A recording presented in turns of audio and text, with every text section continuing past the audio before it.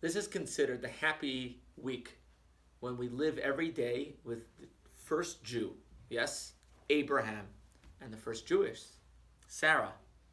Those days they were called Avram and Sarai. Then they were added Abraham and Sarah. Now, at age 75, what are most people doing these days? They're retiring.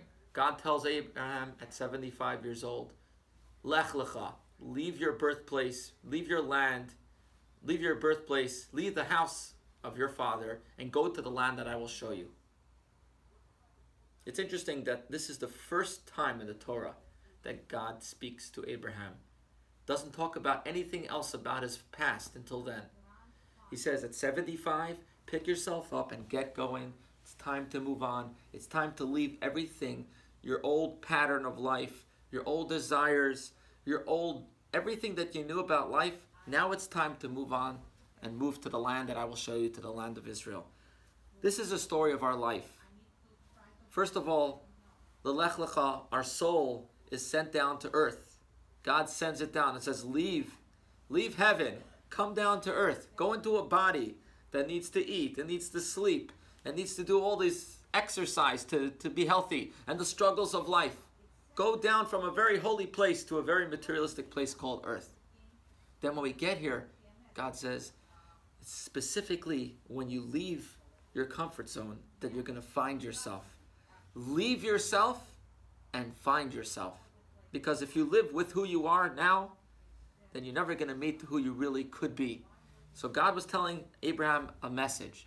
If we really want to know who our soul is, we got to realize our capacity is so beyond everything that we've accomplished so far. So no matter how old you are, no matter what you've accomplished in life, tell yourself this week, it's time to leave that behind and move completely on a new level to reach much higher heights than we ever thought we could reach.